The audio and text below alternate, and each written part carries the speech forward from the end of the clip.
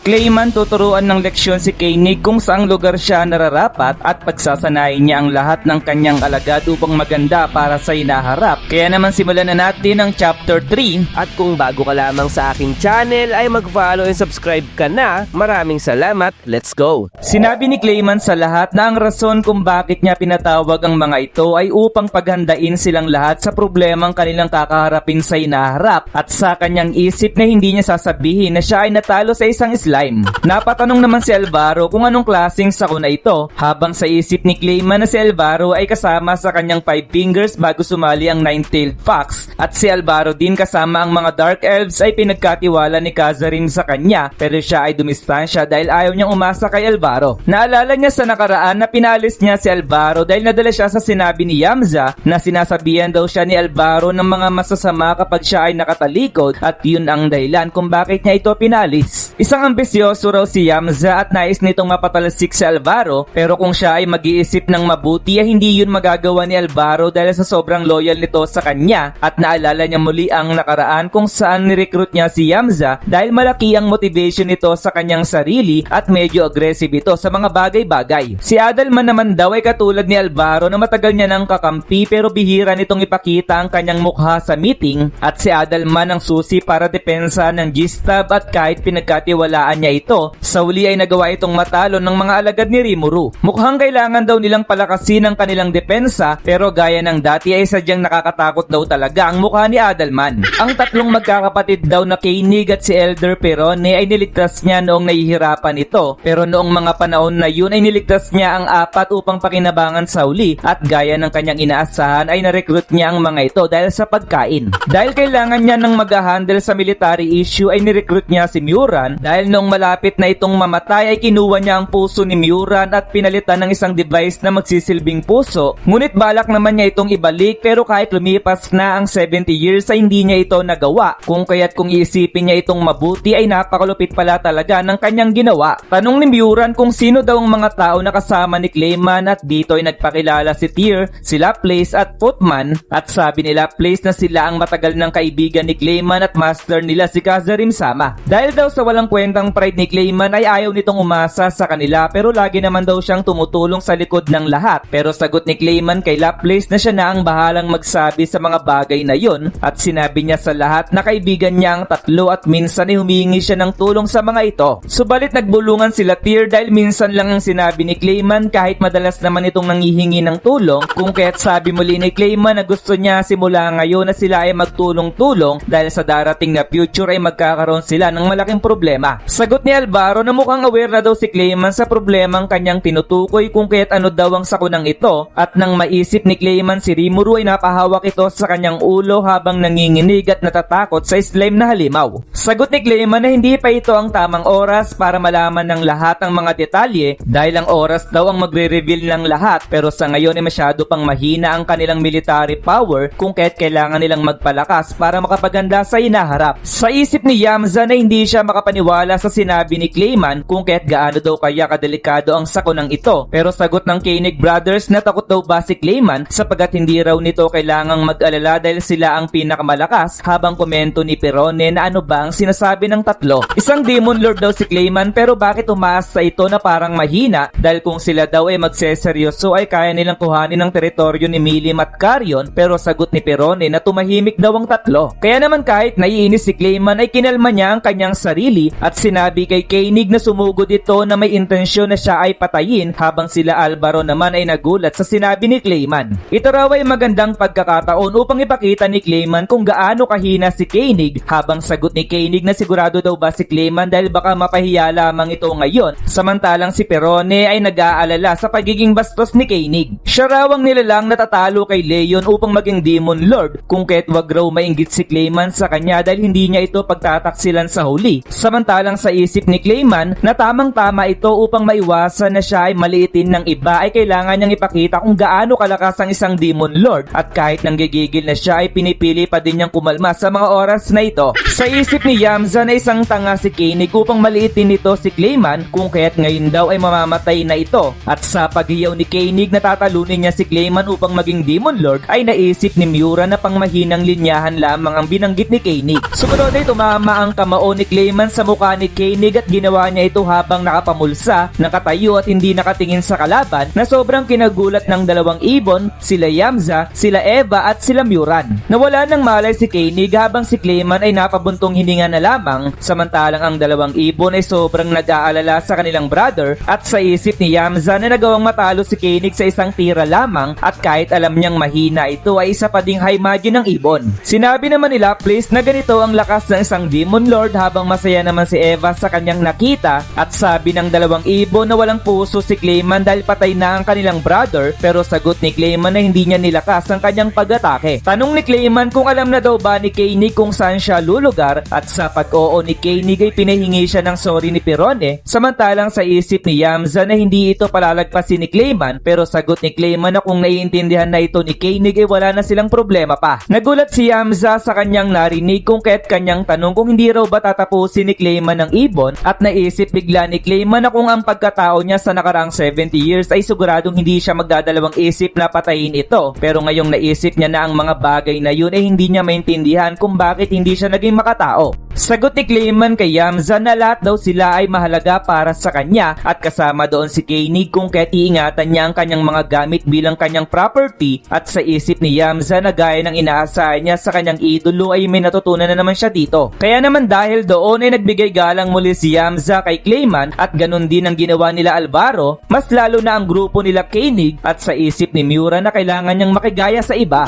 Ngayon daw ay kailangan nilang pag-usapan ang kanilang gagawin at gaya ng sinabi niya noong una ay kailangan nilang palakasin ang kanilang military power sa pamamagitan ng pagpapalakas. Dagdag pa doon ay babaguhin niya ang misyon ng bawat isa at ang pagpapalawak ng kanilang puwersa patungo sa Forest of Jura ay kailangan nilang ikansila. Ganun na din ang pagmamonitor sa Demon Lord na si Leon. Ipagpatuloy lamang daw nila Muran at Pirone ang kanilang misyon at tanong ni Yamza na itutuloy pa rin daw ba nila ang pananakot sa Southern Island para sa pera, ngunit sagot ni Clayman na cancel din ang planong iyon. Tanong ni Adalman kung maaari daw ba siyang magpahinga sa pagdepensa pero sagot ni Clayman na hindi pwede dahil magiging problema ito sa kanila at sinabi niya kay Alvaro na hindi niya ito masyadong binibigyan ng trabaho kung kaya't ngayon isasagarin niya ang trabaho para dito na kanila namang kinatuwa. Kung sino man daw ang gustong magsanay para lumakas ay si Clayman daw mismo ang magsasanay sa kanila at dito na daw nagtatapos ang kanilang meeting. Pagkatapos noon ay sinabi nila place na maganda ang pinakita ni Clayman bilang pinuno ng Puppet Nation at sinabi ni Eva na sobrang cool daw ni Clayman at sagot ni Clayman na ngayon ay tataas na ang moral ng kanyang mga alagad at lalakas na ang kanyang military power bago magpakita si Rimuru. Tama daw ang sinabi ni Clayman pero kailangan din itong magpalakas pero sagot ni Clayman na hindi raw ba nakita nila please ang suntok na ginawa niya kay Koenig kung kaya't hindi niya na kailangan pang magsanay dahil siya ay malakas na. Sagot nila please na sinabi pa talaga ito ni Clayman pagkatapos nitong matalo ng 2 beses sa isang slime pero sagot ni Clayman na siguradong mananalo na siya next time dahil natalo lamang siya sapagat hindi siya naging seryoso sa laban pero sagot ni Laplace na sa palagay niya hindi totoo ang sinabi ni Clayman kung kaya't mas mainam kung magsasanay ito kasama si Eva. Tigilan daw ni Laplace ang pagbibiro dahil parang sinasabi nito na mas malakas si Eva kaysa sa kanya at sagot ni Laplace na tama ang sinabi mo dahil hindi hamak na mas malakas si Eva sa iyo kung kaya't kung gusto daw nito na makaganti kay Rimuru ay kailangan nitong sumailalim sa matinding pagsasanay na kinatulala naman ni Clayman.